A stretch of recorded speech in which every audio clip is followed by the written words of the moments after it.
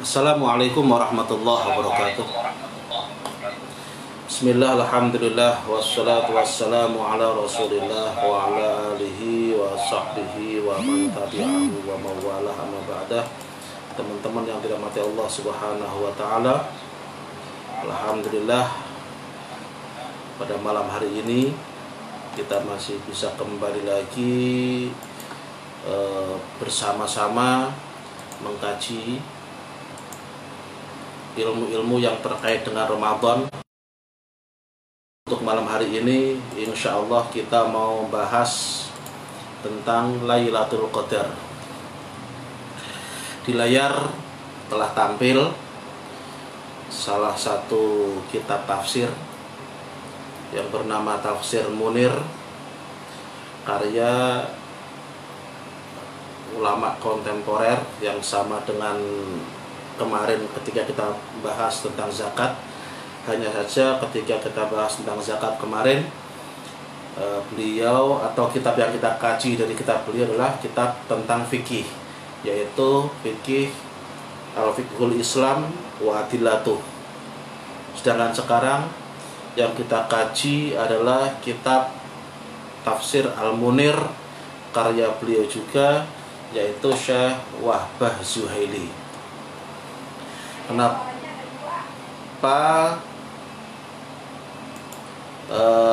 saya suka karya-karya beliau? Karena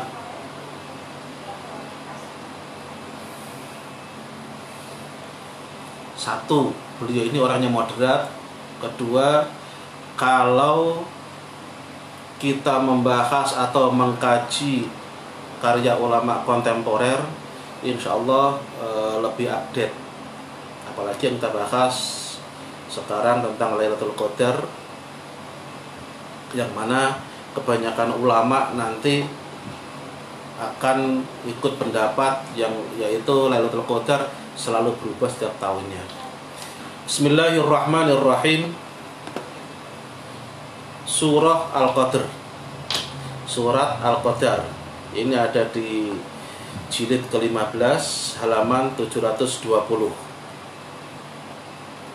Makiyah artinya surat ini turun sebelum Nabi hijrah. Jadi teman-teman semuanya, dalam hal turunnya ayat Al-Quran itu ada istilah Makiyah dan ada istilah Madaniyah. Apa bedanya? Bedanya adalah untuk surat-surat yang Makiyah, kalau waktu kita kecil biasanya disebutkan oleh guru kita turun di Makkah gitu. Tapi begitu kita nambah bacaan lagi, pendapat yang lebih luas, entah turunnya di Mekah maupun di luar Mekah, yang penting turun sebelum Nabi hijrah, ini namanya Makiyah. Lantas ada lagi yang namanya Madaniyah. Madaniyah ini adalah surat-surat atau ayat yang turun setelah Nabi hijrah. Entah itu di Madinah atau di luar Madinah, yang penting surat ini atau ayat ini turun setelah Nabi hijrah, maka disebut Madaniyah. Untuk surat Al-Qadr sendiri ini Makiyah, berarti turun sebelum Nabi hijrah.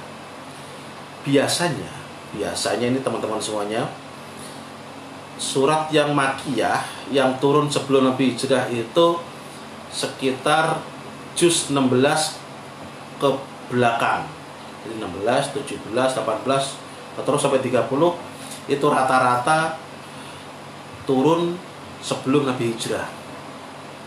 Kalau juz 1 sampai 15 rata-rata turunnya setelah Nabi hijrah.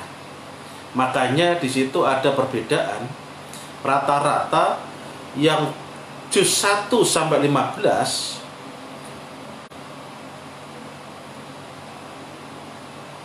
biasanya ada begini, ya ayyuhalladzina amanu, nah, gitu. Yang dipanggil orang-orang yang beriman, termasuk masalah puasa. Ya ayyuhalladzina amanu kutiba alaikumussyiyam kama kutiba alal ladzina min qablikum la'allakum tattaqun. Nah, kenapa yang dipanggil orang yang beriman? Karena memang ini ayat turun setelah Nabi hijrah. Khususnya tahun kedua setelah Nabi hijrah. Kalau yang sebelum Nabi hijrah, ketika Nabi masih di Makkah, rata-rata yang dipanggil itu manusia. Ya ayyuhan nas. Nah, ada kan tuh nanti di belakang, ya ayyuhan nas inna khalaqnakum min dzakarin wa untha wa ja'alnakum syu'uban wa qabail lita'arafu. Syu'uban wa qabaila lita'arafu. Inna akramakum indallahi atqakum. Jadi Makkiyah, surat Al-Qadar. Sumiyat suratul Qadar. Surat Al-Qadar ini dinamakan Al-Qadar ayat uthma wasyaraf, karena agungnya surat ini.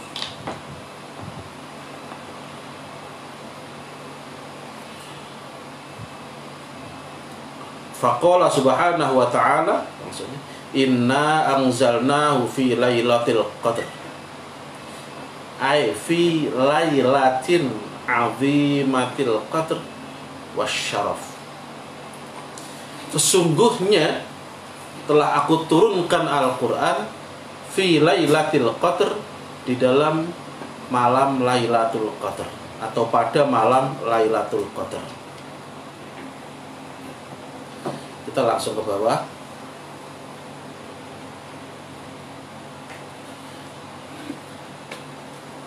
Dari awal ayat ini Allah telah menjelaskan kepada kita bahwa Al-Quran diturunkan pada malam Lailatul Qadar. Ini juga nanti menjadi kajian kita, bahwa salah satu keistimewaan Lailatul Qadar adalah di situ diturunkan Al-Quran. Lantas nanti ada pertanyaan. Pertanyaannya adalah, kalau Lailatul Qadar di situ diturunkan Al-Quran, sedangkan orang Indonesia selalu memperingati turunnya Al-Quran pada tanggal 17 Ramadan. Pertanyaannya adalah, apakah Lailatul Qadar itu jatuhnya pada 17 Ramadan? Nah, ini nanti pertanyaannya di situ. Jawabannya gimana? Nanti ya, jawabannya.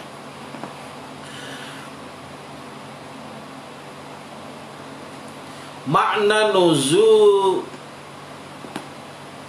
Quran fi Lailatul Qadar, yang dimaksud dengan turunnya Al-Quran pada malam Lailatul Qadar, ma'al ilmi bi annahu nazala munajjaman muqassatan ala matai 23 sana. Yang dimaksud turunnya Al-Quran pada malam Lailatul Qadar, ini di sini ada nih. Yang dimaksud turunnya Al-Quran pada malam Lailatul Qadar, ma'al ilmi, dengan yang diketahui, yaitu turun berangsur-angsur selama 23 tahun. Annahu ubtuti'a inzaluhu Lailatul Qadar. Sesungguhnya turunnya Al-Quran yang berangsur-angsur selama 23 tahun itu dimulai semenjak Lailatul Qadar. Nah, ini di sini nanti mulai baru kita tahu ternyata beliau mengikuti pendapat yang mana turunnya Al-Quran pada waktu awal saat itu, yaitu 17 Ramadan wakila, adalah Lailatul Qadar. Tapi nanti di bawah dijelaskan lagi, ada beberapa pendapat. Yang pertama yang mengatakan ternyata Al-Quran itu turun itu bukan sekali, tetapi turun 2 kali. Yaitu yang pertama turun dari Lauhil Mahfuz ke langit dunia, dan yang kedua dari langit dunia ke bumi. Dari Lauhil Mahfuz ke langit dunia inilah turunnya sekaligus, mujmalan, kayak kitab-kitab yang lain. Ada Taurat, Injil, Zabur, itu semuanya ketika turun itu mujmal, sekaligus. Tetapi untuk Al-Quran, khusus Al-Quran, dari Lauhil Mahfuz ke langit dunia, langit pertama, turunnya sekaligus. Tetapi dari langit pertama ke bumi, ini yang turunnya berangsur-angsur.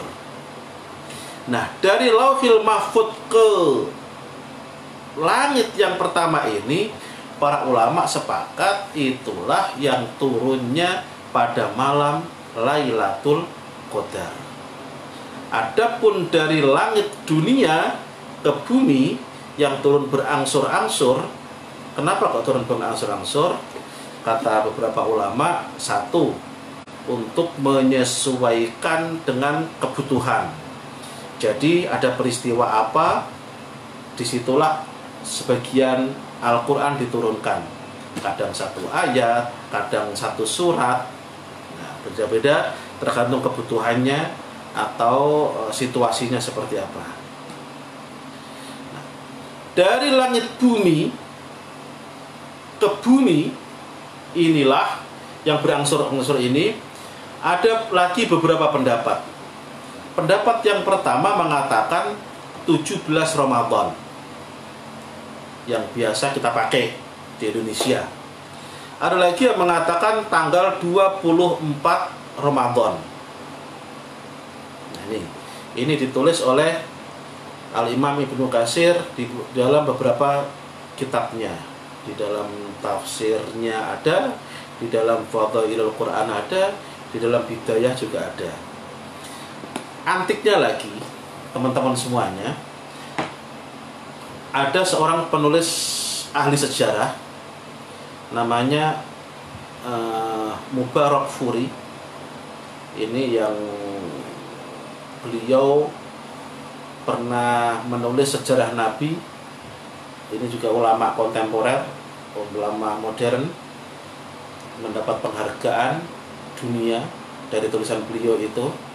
Antiknya justru kata beliau, nuzulul Quran, awal turunnya Al-Quran itu bukan tanggal 17, bukan tanggal 24 sebagaimana yang ditulis oleh Al-Imam Ibnu Katsir, tetapi tanggal 21 Ramadan.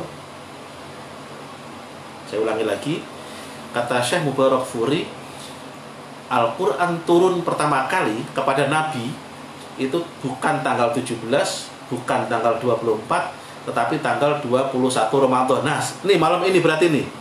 Ini kan malam 21 nih. Ini berarti kata Syekh Mubarakfuri, ini malam nuzulul Quran. Tuh. Nah, antik nih di sini. Ada 3 pendapat. 17, 21, dan 24.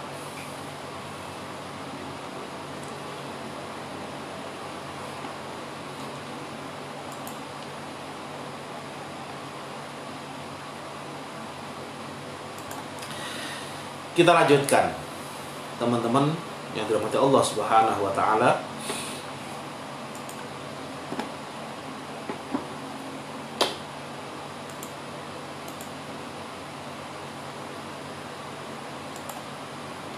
Bentar ini sambil nungguin.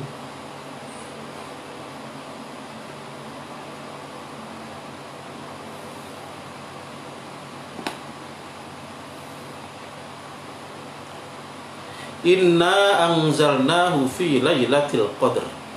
Sungguh telah aku turunkan Al-Quran pada malam Lailatul Qadar.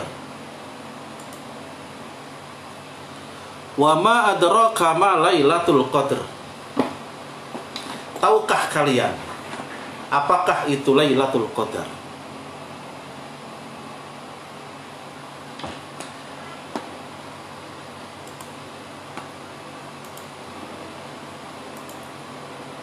Lailatul Qadri khairum min alfi syahr. Lailatul Qadar itu lebih baik daripada 1000 bulan. Ini yang kadang-kadang kita salah ucap.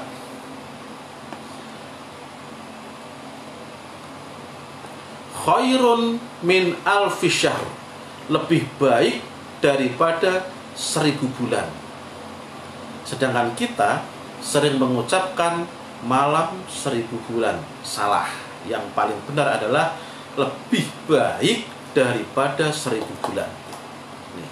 Jadi pertama, keistimewaan Lailatul Qadar adalah lailah malam unzila fihal Quran, yang mana diturunkan di dalamnya Al-Quran. Baik min lauhil mahfud ila sama'id dunya, dari lauh mahfud ke langit dunia.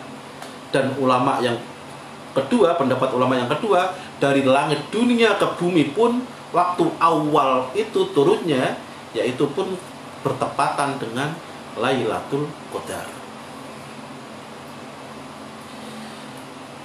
Pertama. Yang kedua, keistimewaan Lailatul Qadar adalah khairun min alfi syahr, lebih baik daripada 1000 bulan. Nah, kenapa kok disebutkan seperti ini? Ini surat ini, teman-teman yang dirahmati Allah Subhanahu wa taala, surat ini bermula atau awal turunnya surat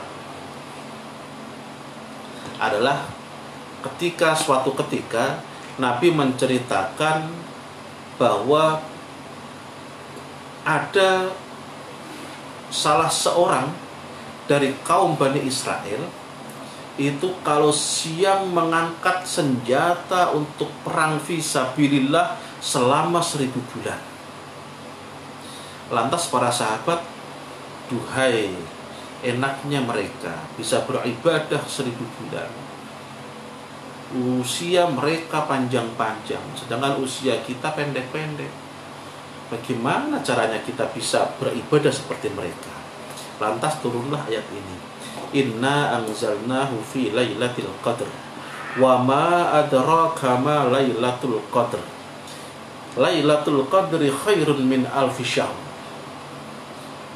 Khairum min alfi syahr. Lailatul Qadar lebih baik daripada 1000 bulan. Turunnya Al-Quran dalam Lailatul Qadar, fadilahnya lebih baik daripada 1000 bulan. Ulama menafsir bahwa beribadah pada malam Lailatul Qadar nilainya lebih baik daripada beribadah selama 1000 bulan. Saya ulangi lagi, beribadah di malam Lailatul Qadar lebih baik daripada beribadah selama 1000 bulan. Ini yang kedua. Lantas dibaliknya bagaimana? Pak, kalau ibadah katanya lebih baik daripada 1000 bulan. Ya. Sekarang kalau maksiat bagaimana? Apakah 1000 bulan pula dilipat gandakan maksiatnya? Nah, ini yang menarik. Kadang-kadang ada ustadz yang berimprov seperti itu. Kalau ibadah pada Lailatul Qadar 1000 bulan, nanti maksiat juga enggak seperti itu. Ini adalah kemurahan Allah Subhanahu wa taala. Yang ada nasnya adalah berbuat baik pada saat itu lebih baik daripada berbuat baik selama 1000 bulan yang tidak ada Lailatul Qadarnya. Titik. Enggak usah dibolak-balik. Berarti maksiat enggak. Tanazzalul malaikatu warruhu fiha biidzni rabbihim min kulli amr.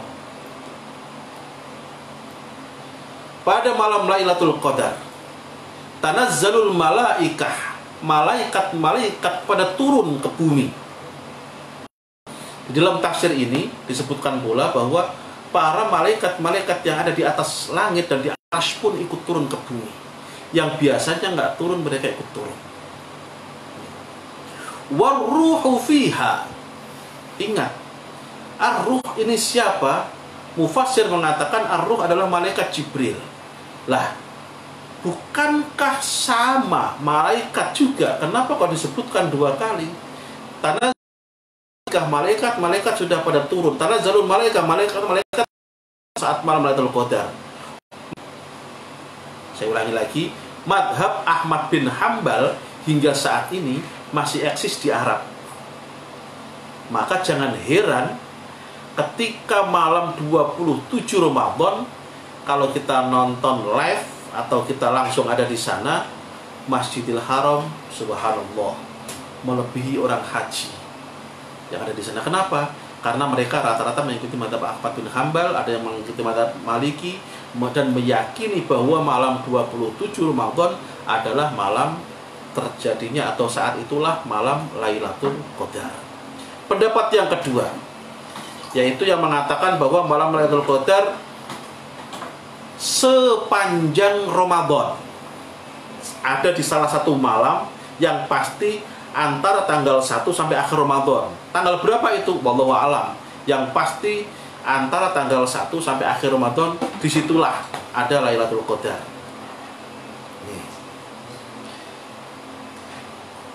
Yang ketiga, pendapat yang ketiga mengatakan bahwa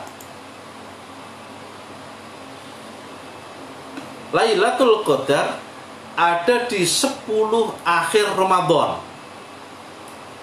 Cuman tidak dipastikan tanggalnya tanggal berapa. Nah, inilah yang diikuti oleh pendapat madhab Imam Syafi'i dan dikuatkan oleh Al-Imam An-Nawawi rahimahullahu ta'ala. Saya ulangi lagi, 10 akhir Ramadan, tapi tanggalnya tidak ditentukan. Bisa tanggal malam 21 seperti malam ini, malam 22, malam 23, dan seterusnya. Ini diikuti oleh pendapat madhab Syafi'i. Yang keempat, malam Lailatul Qadar terjadi pada awal bulan Ramadan. Ini unik. Ditentukan tanggalnya, awal bulan Ramadan. Siapa yang mengikuti ini? Yaitu Abi Rozin Al-Uqaili yang mengikuti pendapat ini. Yang kelima, menyatakan bahwa malam Lailatul Qadar terjadi pada malam 17 Ramadan. Nah, ini juga sama. 17 Ramadan. Ini bertendensi atau mengikuti dalil bahwa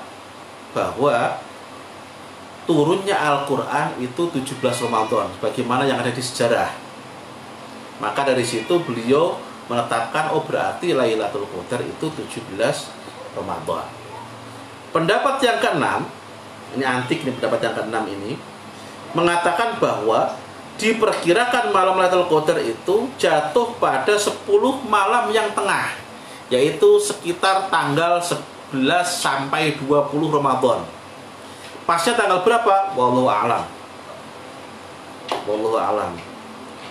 Yang ikut pendapat ini adalah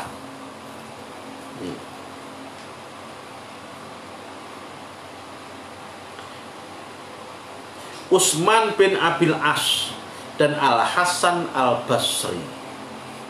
Lanjut, ada pendapat yang ketujuh. Pendapat yang ketujuh, mereka mengatakan bahwa malam Lailatul Qadar jatuh pada malam ke-19 Ramadan. Nah ini 19 Ramadan, malam Lailatul Qadar. Dalilnya mengikuti dalil yang diriwayatkan oleh Abdul Razak dari Ali bin Abi Thalib. Kalau malam 19 Ramadan Lailatul Qadar, nah, bersyukur nih. Ada enggak tadi ikut ya. Lanjut, pendapat yang ke-8 mengatakan bahwa malam Lailatul Qadar itu berpindah-pindah setiap tahun, tapi di 10 akhir Ramadan. Tanggal berapa? Wallahu alam, bisa jadi tahun ini tanggal sekian, tahun besok beda lagi, cuma masih 10 akhir Ramadan, tahun besok berbeda lagi dan seterusnya. Nah, ini ada beberapa pendapat yang bisa terhimpun dan bisa kita sampaikan di sini, tetapi di beberapa literatur kitab yang lain masih banyak lagi pendapat tentang kapan terjadinya malam Ramadan. Teman-teman semuanya yang dirahmati Allah Subhanahu wa taala dan pemirsa yang dirahmati Allah Subhanahu wa taala, lantas apa sih ciri-cirinya? Ciri-cirinya Lailatul Qadar itu seperti apa? Apakah seperti yang diceritakan orang-orang yang katanya ini itu nggak ada angin, nggak ada hujan dan seterusnya? Nah, ini berdasarkan beberapa riwayat yang bisa kita kumpulkan, ciri-ciri Lailatul Qadar, ciri-ciri yang pertama adalah suasana atau udara pada pagi hari terasa tenang. Ini mengambil dalil dari Ibnu Abbas bahwa Rasulullah SAW pernah bersabda, Lailatul Qadar adalah malam tentram dan tenang, tidak terlalu panas dan tidak pula terlalu dingin. Esok paginya sang surya terbit dengan sinar lemah berwarna merah. Ulama, nah ini beda lagi, ini saya bilang ulama bukan nabi. Ulama memberikan apa tuh? Diagnosa apa-apa. Ya, perkiraan lah. Kenapa kok paginya tidak glamor? Kenapa kok matahari kelihatannya agak redup?